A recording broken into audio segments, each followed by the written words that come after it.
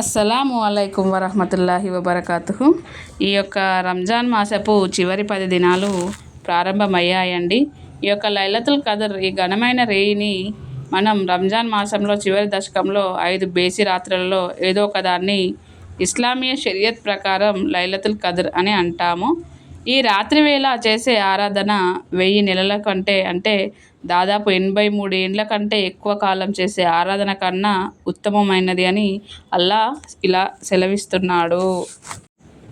మేము ఈ ఖురాన్ని ఘనమైన రాత్రిలో అవతరింపజేశాము.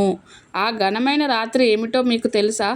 ఆ ఘనమైన రాత్రి 1000 నెలల కంటే కూడా ఎంతో శ్రేష్టమైనది. దైవ ప్రవక్త సల్లల్లాహు అలైహి వసల్లం వారు ఈ విధంగా ప్రవచించారు: ఎవరైతే సంపూర్ణ విశ్వాసంతో పుణ్యాన్ని ఆశిస్తూ లైలతుల్ కదర్లో దైవారాధన చేస్తారో అతని వెనుకటి పాపాలన్నీ మన్నించబడతాయి. దైవ ప్రవక్త సల్లల్లాహు అలైహి వసల్లం వారు రంజాన్ మాసంలోని చివరి దశకంలో 5 బేసి రాత్రులలో అతి ఎక్కువగా ఆరాధనలు చేసేవారు.